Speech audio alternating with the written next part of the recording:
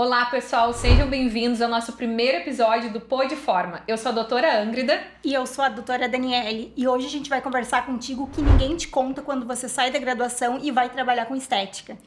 Até porque, a gente sabe que sair da faculdade é uma coisa, mas ter o diploma na mão não é garantia de sucesso. Isso, Ângrida, e me fala, qual foi a tua principal dificuldade logo que tu saiu da graduação? Principalmente a captação de clientes, né? Eu acredito que a faculdade, infelizmente, a gente não sai preparado para fazer a gestão do nosso negócio e também entender com qual público a gente quer trabalhar. A gente não sabe muito bem direcionamento, se quer trabalhar com facial, corporal ou tricologia, e acaba seguindo muitas vezes o que os nossos colegas estão fazendo e a gente acaba seguindo, né, o que o restante está fazendo sem se preocupar em fazer o que a gente realmente gosta. É verdade, sabe que logo que eu me formei, eu me sentia muito perdida. Eu via o pessoal já atuando, já trabalhando, ainda na graduação, e eu não sabia por onde começar. A gente tem aquela cultura de que tu tem que sair da graduação, tu tem que montar um espaço bonito, uma clínica que chame atenção, tu tem que ter equipamentos de última geração, e quando na verdade não, tu tem que ter o conhecimento e tu pode começar como eu comecei na época, com terapia manual. Até porque, né, Dani, a gente fica pensando logo que sai da faculdade que a gente precisa ter uma clínica muito bonita, que a gente precisa ter muitos equipamentos para começar. E eu queria até saber como é que foi esse teu início. Na verdade, o meu início foi muito desafiador. Morava em um apartamento, né? Então, um espaço era pequeno, eu não tinha como investir e eu comecei trabalhando na sala da minha casa. Não tinha uma maca para atender as minhas pacientes, as minhas clientes, e comecei atuando ali, trabalhando na sala da minha casa.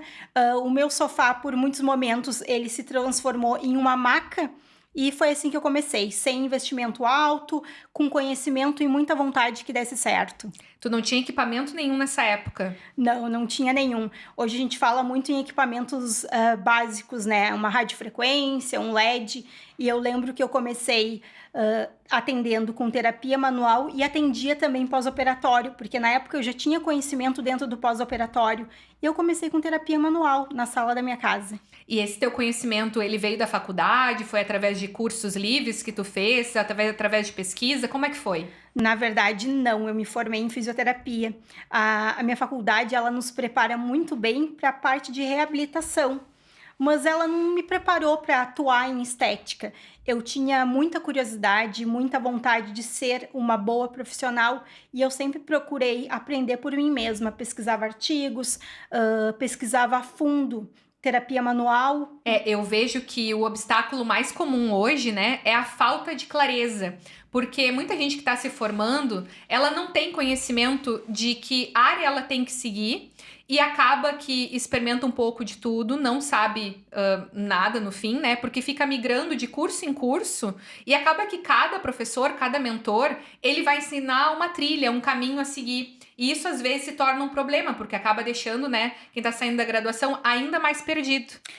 Verdade, eu vi muito isso. O que eu via? Que para mim ser uma boa profissional eu tinha que fazer vários cursos na mesma área.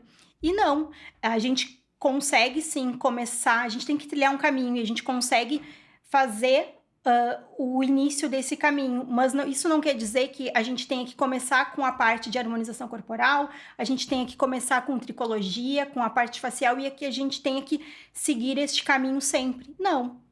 Sabe que pra mim foi um pouco diferente. Como eu acabei fazendo transição de carreira, né? Eu tinha uma carreira como engenheira civil, trabalhava nessa área e eu queria trocar. Só que, é claro, né? Quando a gente já trabalha e tem o nosso próprio dinheiro, fica muito mais difícil a gente sair do nosso campo de serviço, que a gente já tem uma certa autonomia, para migrar para uma área totalmente desconhecida. Então eu comecei fazendo micropigmentação. Comecei primeiro com micropigmentação de sobrancelhas, depois passei para lábios e olhos.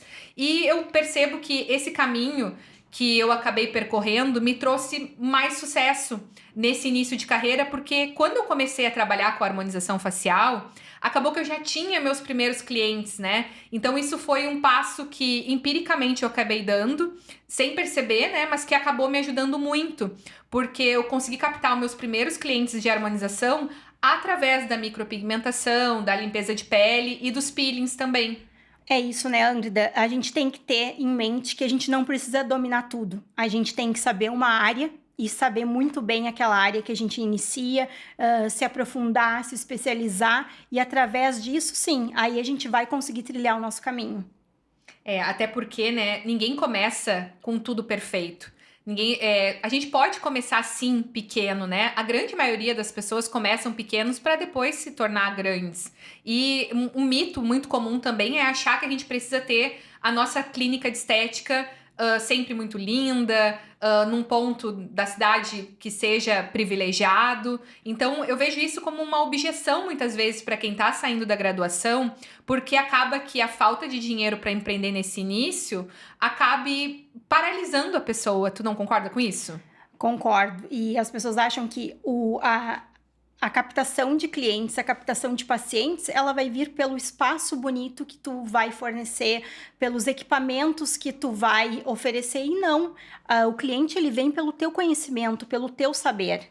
E me diz, como é que foi para ti, lá quando tu começou a trabalhar com a micropigmentação, tu notava que, através da micropigmentação, tu conseguia captar esses mesmos clientes para outras coisas? Com certeza, sabe que isso foi uma coisa que eu percebi logo de cara. Porque normalmente quem chegava para fazer micropigmentação de sobrancelhas acabava tendo necessidade de quê? De limpeza de pele, de fazer um peeling, de fazer um microagulhamento, ou até mesmo de fazer uma microlabial, né? Então eu tenho clientes que me acompanham desde essa época que eu fazia somente micropigmentação e que estão comigo até hoje. E eu vejo que uma coisa muito comum vários colegas meus na época achavam que a faculdade bastava. E na verdade não. Não é só ter a faculdade e sair anunciando botox, harmonização facial, harmonização corporal. Não. Na verdade, para a gente começar, a gente precisa de muito mais. A gente precisa entender que esse paciente ele vai vir muito pela confiança que ele tem em ti.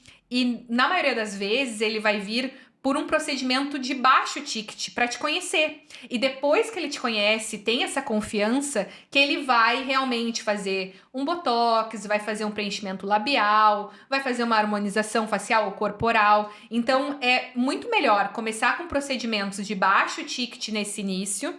E aí, então, né, se construir essa relação com o cliente para depois, né, tá oferecendo procedimentos de mais alto ticket. Então, não necessariamente a gente precisa estar formado para começar. Começa com procedimentos que não necessitam da faculdade, né, da conclusão da faculdade para começar. Por que não começar oferecendo uma limpeza de pele, uma micropigmentação ou uma drenagem linfática? Não concorda? Concordo. E esse paciente, tá? Esse cliente que chega para ti numa limpeza de pele mesmo, ele confia no teu trabalho. Então, ele vai te acompanhar quando tu decidir trabalhar com tricologia, quando tu decidir trabalhar com harmonização facial. Por quê? Porque ele entende que tu tem o conhecimento e tu tem a confiança para passar para ele. E eu vou te confessar, tá? Que, na verdade, quando eu tive meus primeiros clientes, né, de micropigmentação e eu comecei a falar que eu estava começando o curso de graduação da biomedicina, eles diziam para mim que eu me esperar para fazer preenchimento labial, olha só. E realmente me esperaram. Eu tenho clientes que me esperaram me formar, esperaram os 4 anos de graduação para fazer preenchimento labial comigo. Imagina a confiança que eu consegui transmitir para essas pessoas, né, para elas me esperarem tanto tempo.